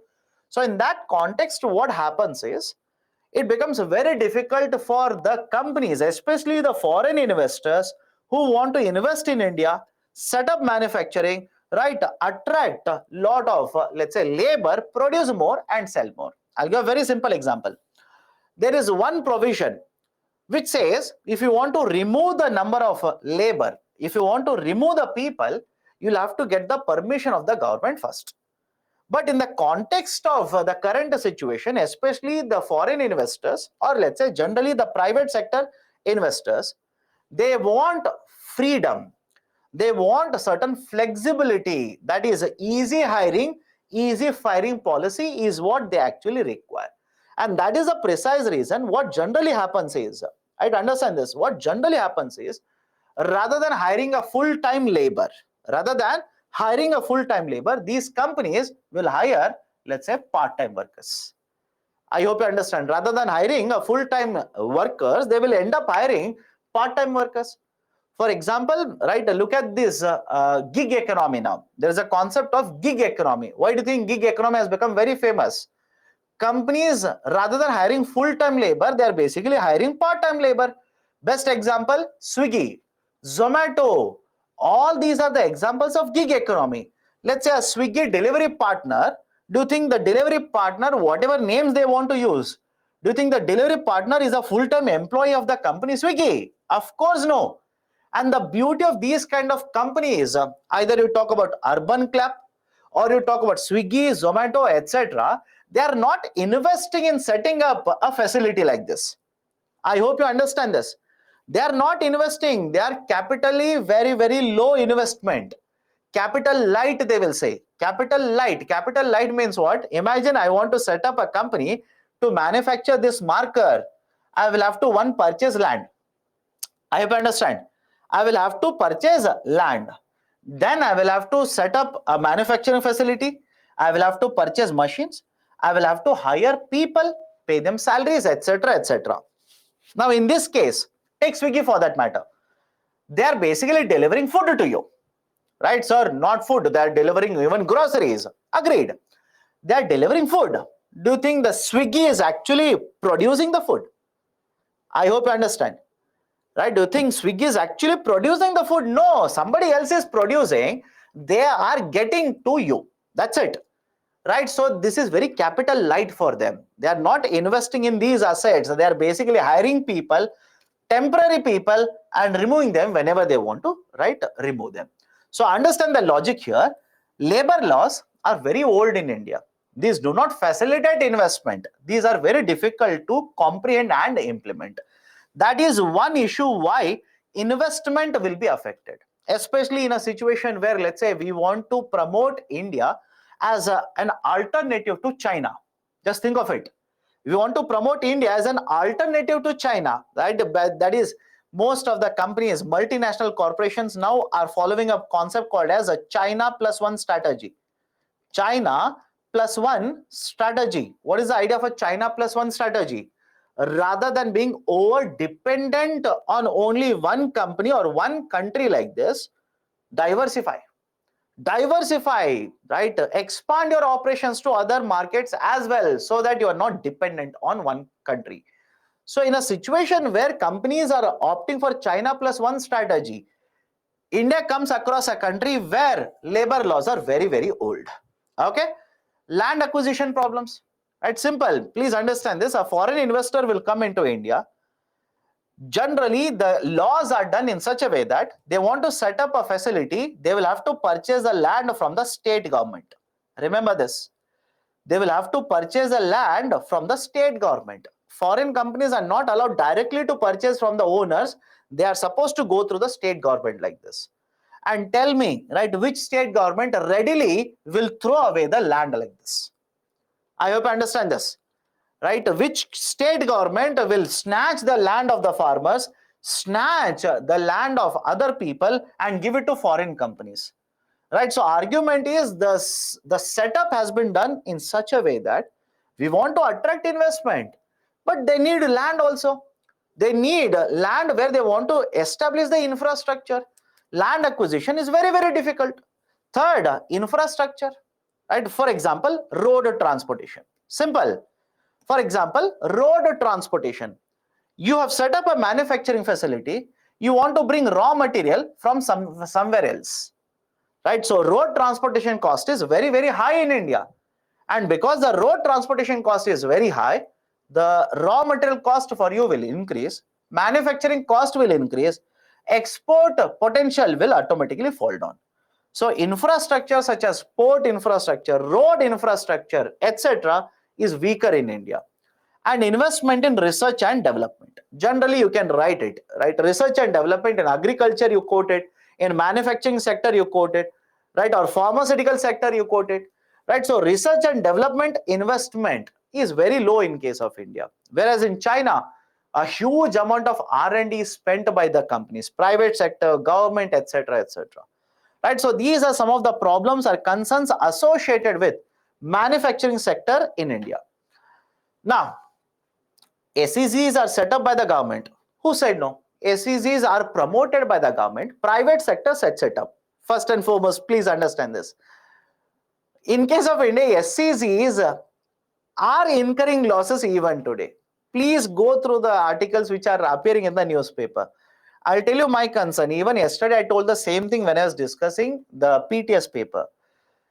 The students don't read newspapers. I don't know what is the reason. I frankly don't know what is the reason. Don't you think that's your duty to read newspapers? Duty, by the way, because you are appearing for civil services examination. Don't you think that's your duty? And if you say, yes, sir, that is my duty, now tell me, in the last 6 to 8 months, what articles have come across SEZs in the newspaper? Any article which says SEZs are performing exceedingly well in India, please do let me know if you have come across such an article. Right? So argument is no, right? SEZs are underperforming in India. Okay? Underperforming. Okay, now what lessons can we learn? There are other countries around us. For example, we have China, a manufacturing, right, global house, manufacturing global house. China is there. Taiwan is there. Or for that matter, even South Korea is there. Right? What reforms they have implemented, what can be implemented in India, or have they already been implemented? If yes, what changes can be done? Again, sir, should we remember all of it? Absolutely no. Try to summarize in 4 to 5 points. Write that. Why? If at all a question is asked, it will be a 250 word question. You cannot write an essay on it, right? So one, right, Taiwan. In case of Taiwan, one of the reforms they implemented, especially post 1960s, was they started giving more and more space to private sector. That is, more and more private sector companies were allowed to be set up. In case of India, you can simply say, sir, we have followed this also. By the way, if you know the evolution of Indian economy, you will know that it was post 1991. It was post 1991 when private sector entry to a very great extent was allowed in India. Till 1991, it was basically the rule of public sector enterprises, public sector companies, where public sector companies was basically set up by the government of India. One after the other, nationalization was done. But post 1991, LPG reforms have been implemented. We have allowed private sector entry. Second, more labor intensive sectors. Sir, what do you mean by labor intensive? Simple. Imagine a company is there, they will invest a lot of money, machines are acquired, only few people to operate machines are required. I hope you understand. I'll give you an example. A company will invest a lot of money, equipments are set up, facilities set up, very few people, labor is required to operate these machines. Any example? Steel manufacturing. I hope you understand. Steel manufacturing or coal sector, electricity generation. You tell me, you talk about steel manufacturing or coal, thermal sector, etc. Don't you think investment is very, very high? I understand investment is very high, but labor involvement is very, very low. Then where are they investing? They are investing in purchasing machines. They are investing in setting up of facilities, etc. These are called as capital intensive. Is it okay? Capital intensive. Whereas I'll give you one more example, textile sector. You talk about textile sector. In case of textile sector, or let's say gold, right, diamond jewelries, etc., these are labor intensive. And why I'm talking about all of this, I hope you have read the newspaper article recently regarding India's exports. I hope you understand this. Right, very recently regarding India's exports have taken a hit. And the concern regarding that newspaper article is that it has been the labor intensive sectors whose exports have been affected. Please remember that. The concern, most important concern is that, yes, exports have come down. Is it a problem for India? Of course, yes. But within that, if you look at it, it is the labor intensive sectors which have taken a major hit. And that is a problem, by the way. Why that's a problem? If the labor intensive exports will come down, the companies which are exporting will earn lesser amount of money. Simple. They are earning lesser amount of money. And when they earn lesser amount of money, what do you think will happen to the number of employees? Will they not remove number of employees? Of course, the answer is yes, by the way. I hope you understand. Of course, the answer is yes. The unemployment will be increased, and that is actually happening. Please remember, that is actually happening in India. That's a cause of concern. Now, two of you are asking, sir, why our exports have decreased? Very simple. We export a lot of these goods and services to USA. We export a lot of these goods and services to, right, European market. Now, you tell me, are these two markets doing very good? Just apply what you're learning in the current affairs. Right, so do you think European market is doing very well or American market is doing very well? Answer is simply no. Right, and when these markets are not doing very well, why will they import more and more from us? Right, that will be affecting them. I'll give a very simple example just to prove my point. Right, if you talk about UK, right, in fact, very often it is there in the newspaper. If you talk about UK, the inflation rate for the month of January in the UK is 10%, just about notch about 10%. But the incomes of the people who are working in UK have increased by 5 to 6%. Understand this carefully. Right? Simple idea. Inflation rate has gone beyond 10%, but the incomes earned by them have increased by half of what is the inflation rate.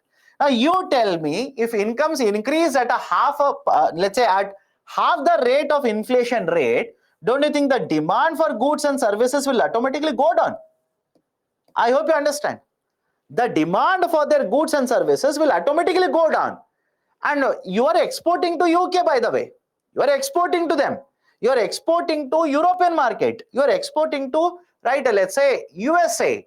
And when these countries will experience all of it, your exports would be affected. Okay, so promoting labor intensive sectors was done by Taiwan. Earn through exports rather than import substitution.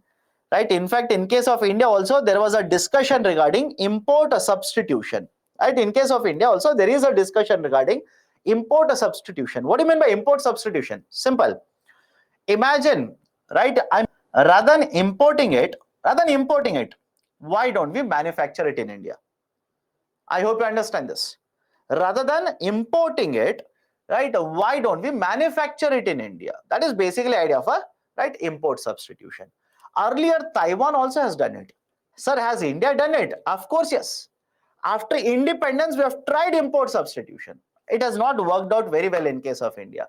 That's the reason we have opened up the market. Okay.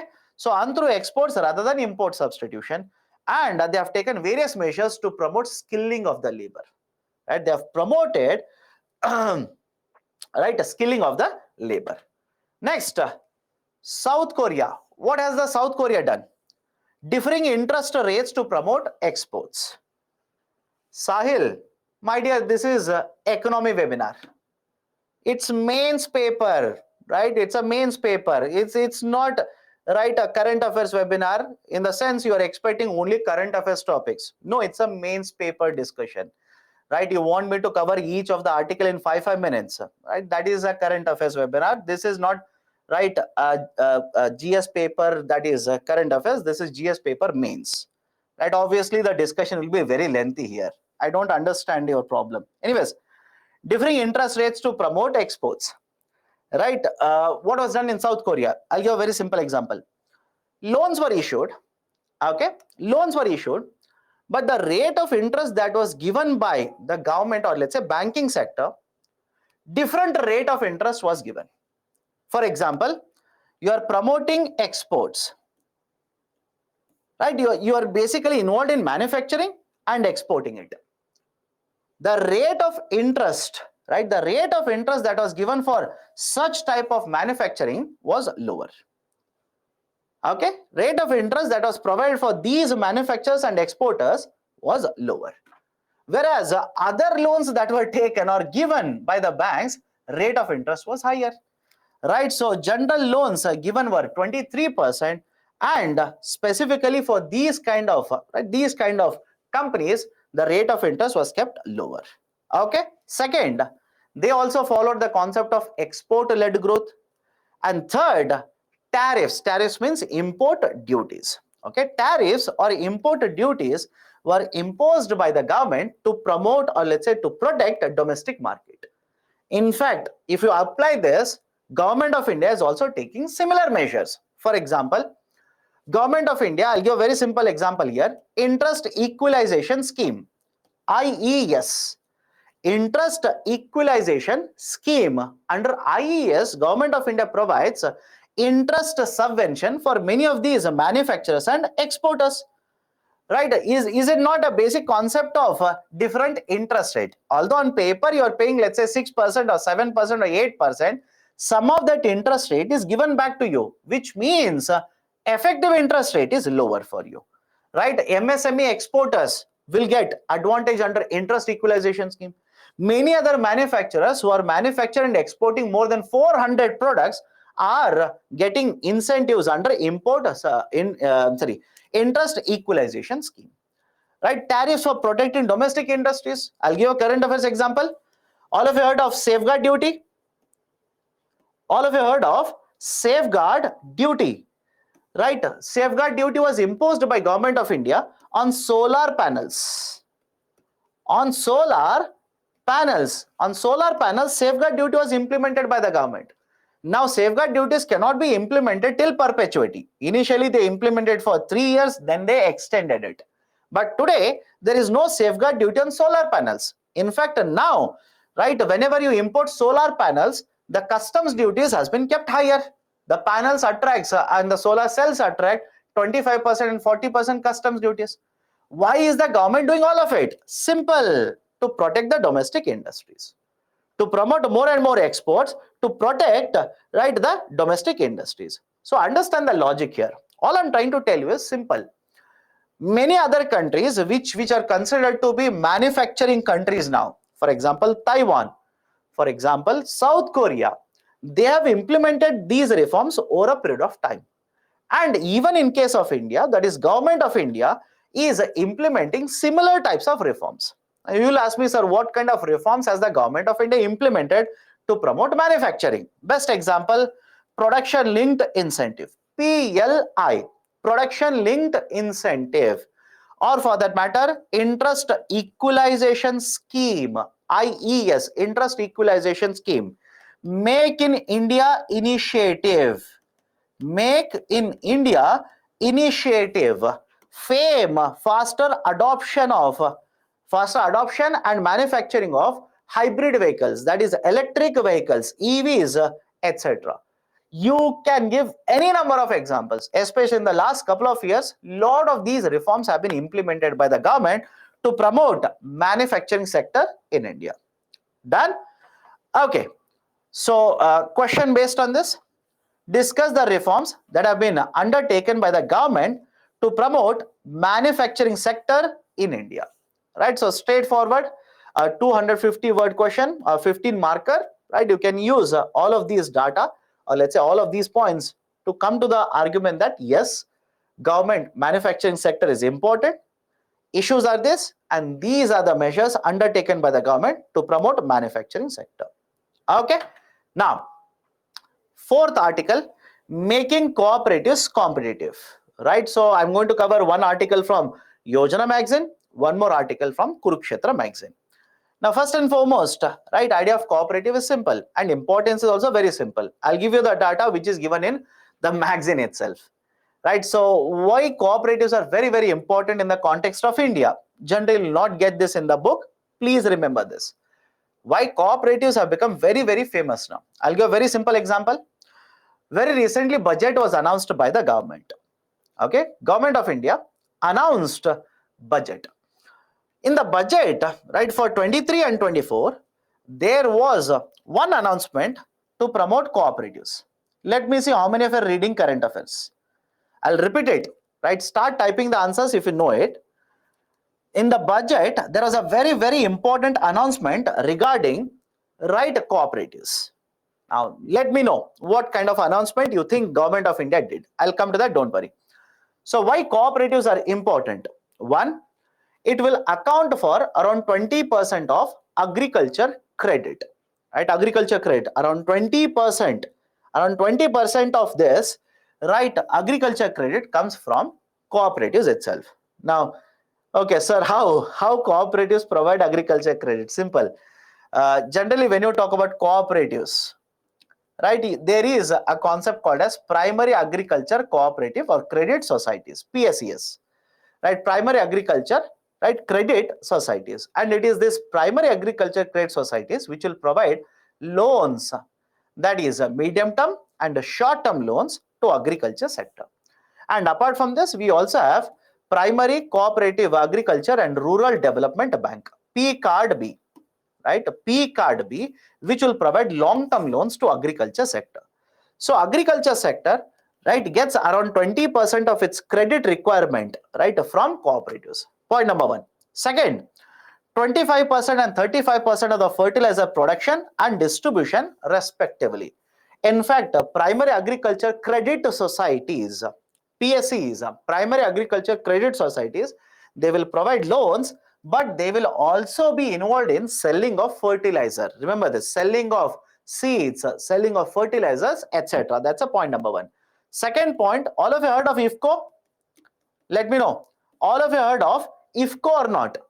Right? IFFCO, very recently it was there in the newspaper. IFFCO is nothing but a cooperative. Is it okay? IFFCO is nothing but cooperative. Simple, right? So IFFCO is a cooperative. So have a look at this. 25% and 35% of fertilizer production and distribution comes from cooperative sector. 31% of sugar production comes from cooperatives, right? Because cooperatives can be in textile, can be in credit, can be in housing, can be in sugar, can be in milk, etc., etc., etc. So if you talk about sugar sector, such as Maharashtra, it accounts for a large number of cooperatives in the right out of the total cooperatives in India. Large chunk come from Maharashtra, and within Maharashtra also, specifically sugar cooperatives are very, very well known, right? So 31% of sugar production actually comes from cooperatives. Next, 10% milk production comes from cooperatives. Best example, Amul. I'm pretty sure all of you heard of Amul, right? Some of you would know that it's a cooperative. Otherwise, others understand Amul is nothing but a cooperative. Anand Milk Union Limited. Okay.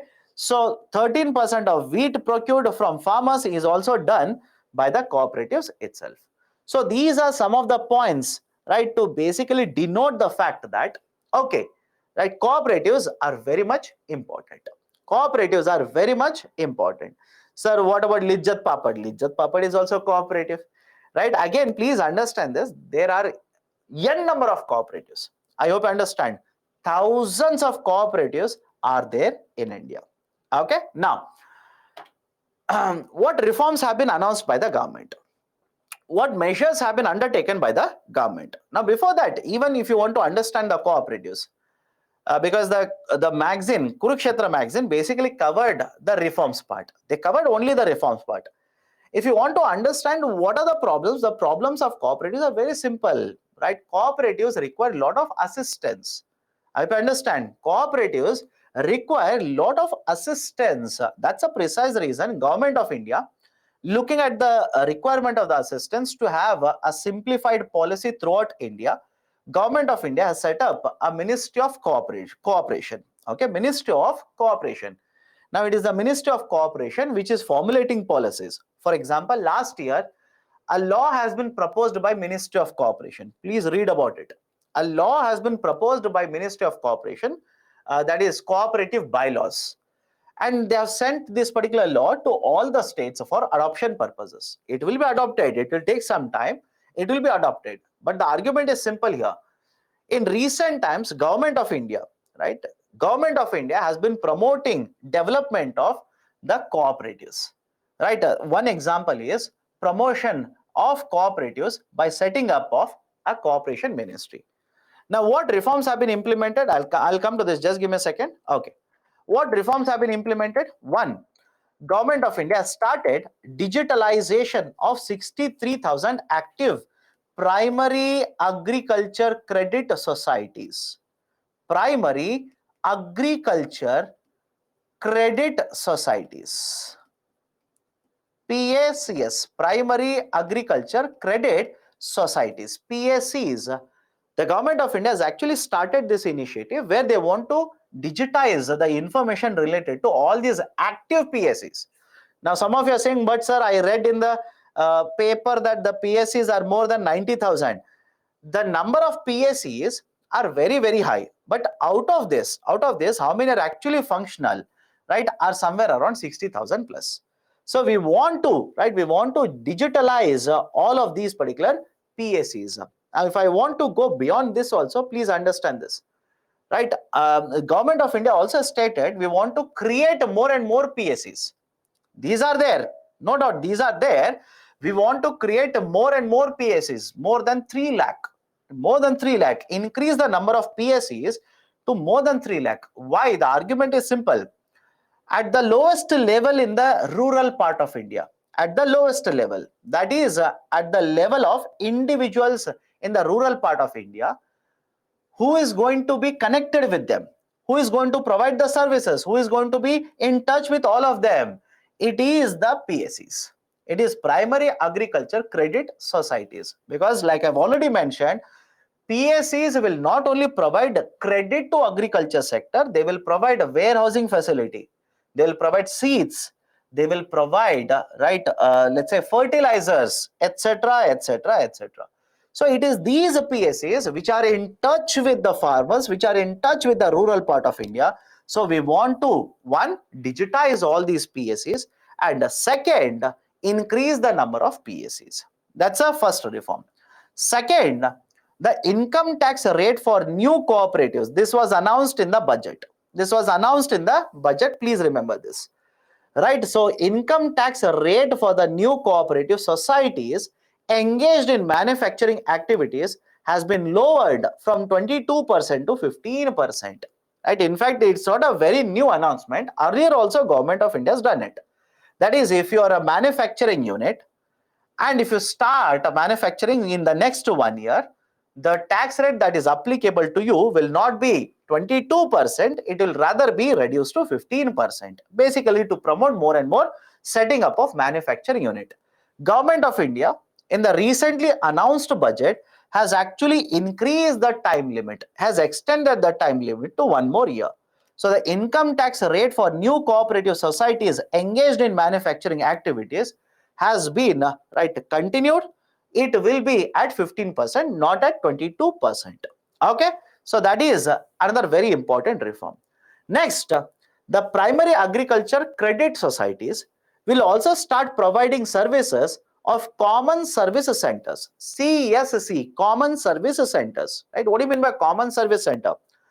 Generally, the concept of common service center will come under Ministry of Electronics. Right? Ministry of Electronics, MeitY, Ministry of Electronics. So under the Ministry of Electronics, right, generally certain service centers are set up which are called as common service centers. Sir, what is the use of common service center? Simple. A farmer can go to a common service center, apply for let's say, right, Pradhan Mantri Fasal Bima Yojana. Right, they provide that service. A farmer can go to a common service center, get lot of information regarding, let's say, booking of railway tickets. Right, again, it's not just for farmers, even rural part of India, people can go to, right, the common service centers, avail a lot of services. For example, right, let's say Aadhaar, updation of address, right, etc, etc, etc. Again, hundreds of services are provided by common service centers. You do not have to be worried about it. And generally the revenue model is simple. They will provide these services which they are authorized to do.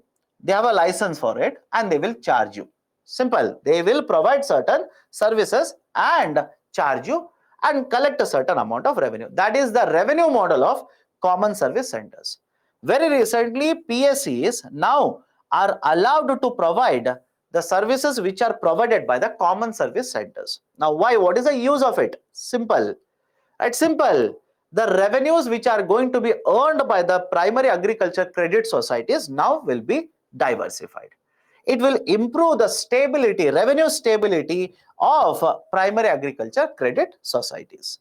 Right? So this is one more very important reform that has been announced by the government very recently. Next, very recently, government also has announced yet to be set up. They are going to set up a multi-state cooperative export society. This is the latest one. Please be very, very careful. This is the latest one. Right? In fact, in the Yojana magazine or Kurukshetra magazine, they don't discuss beyond this. They basically discuss digitization, the PSCs, etc. But my recommendation is please go beyond it. Update with whatever is there in the newspaper. For example, very recently, Government of India, right, also has stated that they are going to set up a university. Right, have a look at this. They are going to set up a university. Right, what is this idea of a university? University of cooperation, wherein within the cooperative sector, right, you require certain people, right? Let's say certain people with right information regarding how cooperatives work, how financing works, how the sales works, etc, etc, etc. So the argument is Government of India has proposed a university for cooperation where a lot of certificate programs, graduates related to the let's say subjects of cooperation will be taught. And now even these graduates will be entering into cooperatives. So the labor force will be supplied like this.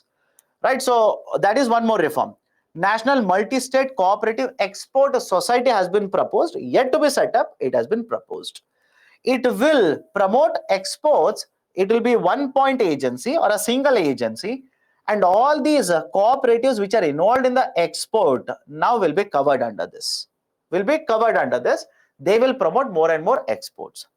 National Multi-State Cooperative Organic Society is proposed, right? Under this idea, the government says there are organic products, but whenever people purchase organic products or they want to purchase, there is always a concern regarding quality, purity of the organic product, certificate issued for the organic product, etc. So government says we will set up multi-state cooperative organic society which will manage various activities of organic sector by providing certified and authentic products. Now there's a very interesting question. What is organic product? Whenever you cultivate, whenever you basically produce in the sense agriculture sector, any product, right? Agriculture product or let's say a fruit, a flower or a food grain, etc. without utilizing chemical fertilizers. That's a most important part. And again, you should know what is organic products, by the way, right? So that product is called as an organic product, because don't search for the term organic product in UPSC books. And by default, you're expected to know that. Okay. Third, National Multi-State Cooperative Seed Society. And by the way, if you just observe it, all of these are multi-state. All of these are multi-state. That's also very important. Why? If it is a single state, comes under the register of cooperatives of the state government. If it is a multi-state, it will come under the regulation of central government. I hope you understand. It will automatically come under the central government. That's a precise reason. And like I'm telling you again and again, all these are the proposals are done by the central government or union government.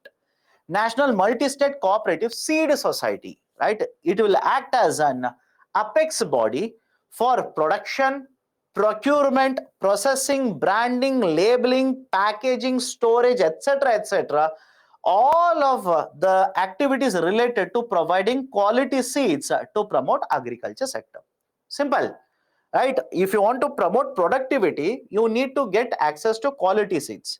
So it will be this authority which will produce, which will transport, which will package, which will store, etc., etc., right? For the cooperative, it will be a cooperative for seeds itself. So these are some of the very important reforms which have been announced by the government to make competitive or to improve the competitiveness of cooperatives. Okay. Now this is a discussion related to the fourth article. Based on this, I've given a question here. There is a need to promote competitiveness in the cooperatives to harness their full potential. Elaborate. Because like I've said, number of cooperatives in India are very, very high. But that doesn't mean that cooperatives are working efficiently. That doesn't mean that cooperatives are fulfilling their objectives.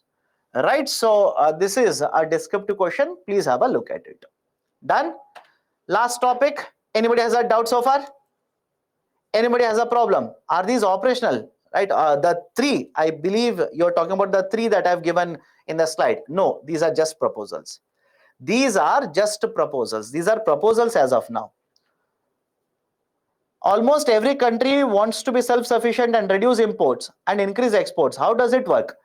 Again, please understand self-sufficiency in this context. Will every country become self-sufficient? Of course, no. You cannot be self-sufficient. That's a fact, by the way. Right? For example, talk about India. Do you think even after implementing Atmanirbhar Bharat, etc., etc., we will be not dependent on any import from rest of the world? Just apply common sense, you will realize it. Just apply common sense. For example, imagine manufacturing becomes wonderful in India. The manufacturing sector contributes, let's say, 25% of GDP as envisaged under Make in India. Employment has increased, etc., etc., etc. But then tell me, does it mean that we are not dependent on crude oil imports? Just think of it. Does it mean that we are not dependent on crude oil imports? Does it mean that we are not dependent on, let's say, some other imports, for example, in the pharmaceutical sector, in automobile sector, etc., etc.? So again, the argument is every country wants to become self-sufficient. But that doesn't mean that 100% imports will be wiped out. Nothing will be imported. No, that would be a wrong approach. Even in the context of Atmanirbharta, Government of India clearly states in the context of Atmanirbharta, The idea is not to prohibit import. I hope you understand this. Please be very, very careful. Idea of Atmanirbharta is not to basically cut imports. It is not to basically reduce import to zero. Absolutely no. Right? The objective of Atmanirbharta is to ensure that we will produce and start exporting. I hope you understand. We'll produce more and more, start exporting. And if you start producing more and more and start exporting, automatically the dependence on the imports will come down. And that's a precise reason. If you talk about Atmanirbharta, we are not dependent only on domestic investments. Right? Let me know. Right? We are not dependent only on domestic investments. That is, we don't, or we are not expecting only the investors from India to invest under Make in India. Absolutely no. Right? We say, bring in investments. You want to invest in India? Come, invest in India. Right? That's a whole idea of Atmanirbharta. Right? So please do not be confused about the term Atmanirbharta. Atmanirbharta doesn't mean shutting off, right? Cutting the trade ties with the rest of the world. Absolutely no. We want to promote trade ties. Right? That's the reason why we have entered into agreement with United Arab Emirates, free trade agreement. We have entered into a free trade agreement with Australia, right? Etc. Etc. Etc. Okay, done. So the last article that I'll be discussing will be the one from again the government magazine, reforms to promote millets. Now before I go forward, what is a millet? Millet, I'll give the definition here. Millet is basically a small seeded grass. Simple, it's a grass with small seeds, right? So millet is a small seeded grass, and another name which has been used by the government, has been promoted by the government, is the concept of nutri cereals. Remember this, right? Nutri cereals, right? And remember the point why they are calling it as a nutri cereals, right? Somebody said Shri Anna. Yes, absolutely correct. In the recently announced budget by the government, the finance minister said the millets are Shri Anna, right? Shri Anna. I either use the term nutri cereal, Shri Anna, millet, all of them are basically one and same. Sir, any example? Jowar, Bajra, all these are the examples, right, of millets itself. So nutri cereals, why these are called as nutri cereals? Simple, when you compare those with other food grains, the amount of nutrients that you will be receiving from these will be much higher. Simple, the amount of nutrients that you will get is much higher. And even if you talk in terms of, let's say, consumption of amino acids or amino acid profile, the amino acids which are basically building blocks of proteins, it is much better profile in context of millets compared to any other, let's say, the amount of the food grains as such.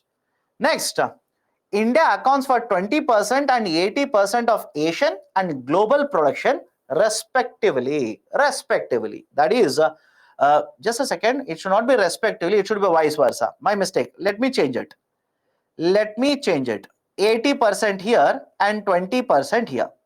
20% of global production and 80% of production in Asia.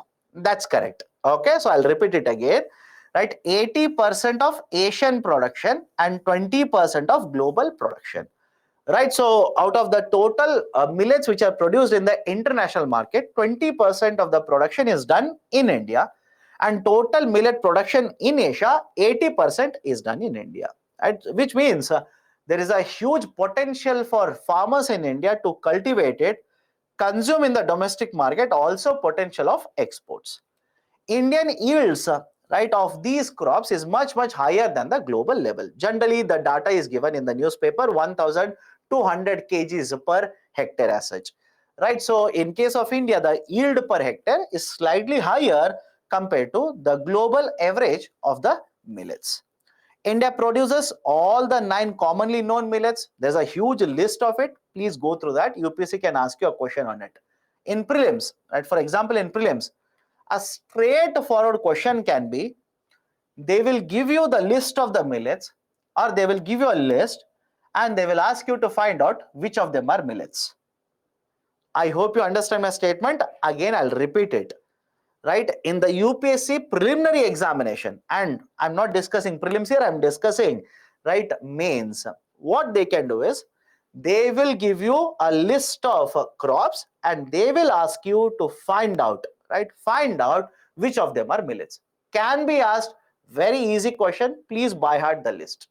Okay, so India produces all the 9 commonly known millets. India has more than 500 startups working in millet value added chain. In fact, in the budget, right, in the budget, the government of India has actually promoted these kind of startups. The startups which are there in the millet value chain, now government of India says we are going to promote them. Okay, now, right, apart from this, right, what is the cultivation, how much area is there, what is the total production, etc., etc., all of the data is given. Please have a look at it. Have a look at this, just for sake of information, just for sake of information.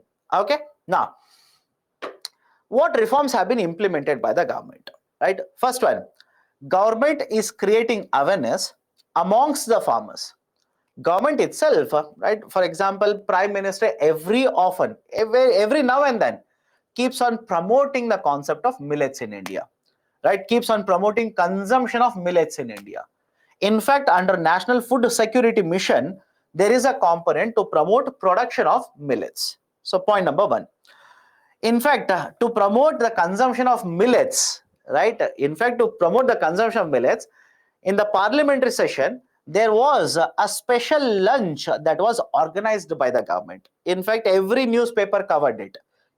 I'm pretty sure you have seen the photos related to that, right, where the prime minister along with the leader of opposition, right, Mr. Mallikarjun Kharge, all of them are sitting and having lunch, and that particular lunch was basically, right, associated with food products prepared from millets.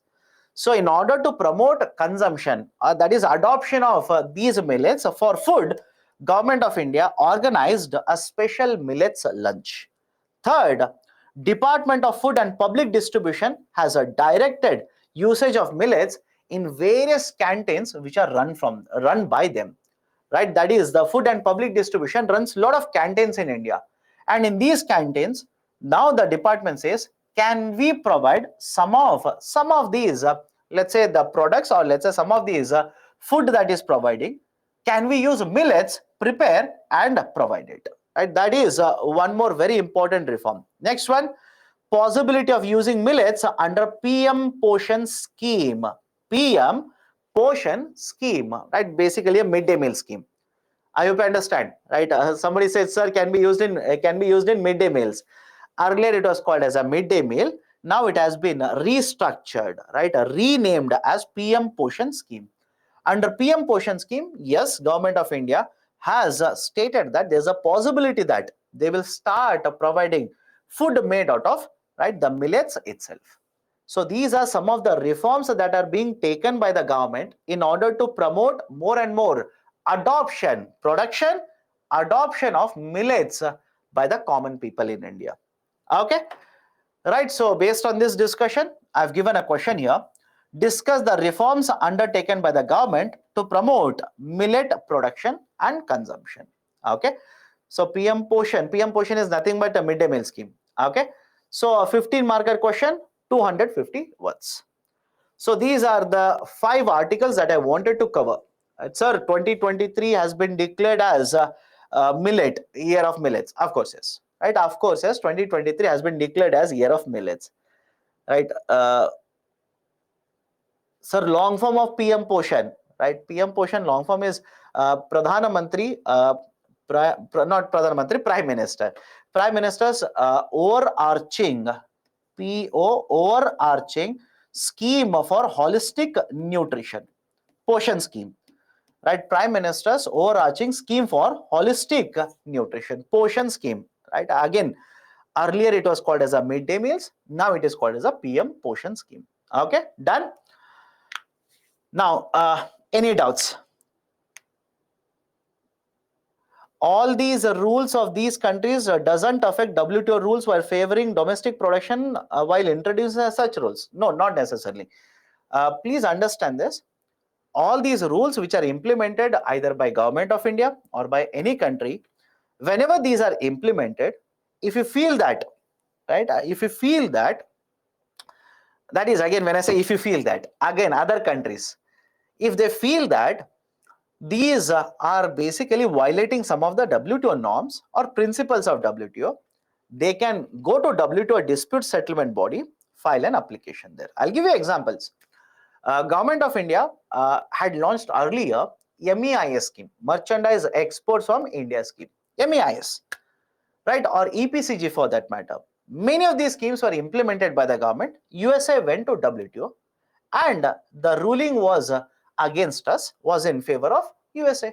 So we have changed it. In the same way, we also have approached a dispute settlement body against many of the reforms or policies of other governments. Okay. I'll try my best to understand. My dear, this is my recommendation to all of you. It is my recommendation, or let's say advice. Advice, take it as an advice. Either you accept it or reject it, entirely up to you. Please read newspapers. Newspapers, now some of you will say, sir, I was very busy to read newspapers. Agreed. Agreed. You might be doing a job, you might be doing that, or you might be busy in preparing for civil service examination. So agreed that you don't have time to read newspapers. At least read monthly magazines. We provide monthly magazine. Please read that, right? And we have daily videos on Hindu newspaper analysis. Watch that. Again, the argument is simple. One or the other way, you will have to understand all of this. Okay. Farm mechanization and employment laws in India go hand in hand. Please elaborate. Not necessarily. Not necessarily. You are assuming that. If I introduce mechanization, people will lose jobs. Problem is that the amount of labor which is there in the agriculture sector is very, very high. I hope you understand. Amount of agriculture labor in the agriculture sector is very, very high, right? And we should be able to reduce it. We should reduce it. And one of the ways to reduce this employment which is there in the agriculture sector is to promote mechanization, so that people will be moved from agriculture sector to any other sector. And by the way, don't say, sir, how is that possible? My dear, look at a scheme such as Pradhan Mantri Kaushal Vikas Yojana. Under Pradhan Mantri Kaushal Vikas Yojana, Government of India wants to provide certification to the people so that they are absorbed in the market. So there are a lot of initiatives which are taken by the government in order to ensure that people who do not have job, they will get a job, they'll be absorbed in the market. Okay. I can't judge which is the portion important for us. My dear, if something appears multiple times in the newspaper, by default, understand it is important for UPSC. I hope you understand this. Anything that appears multiple times in the newspaper, by default, understand it is important for UPSC. That is how you judge whether this article is important or not important for UPSC. Okay.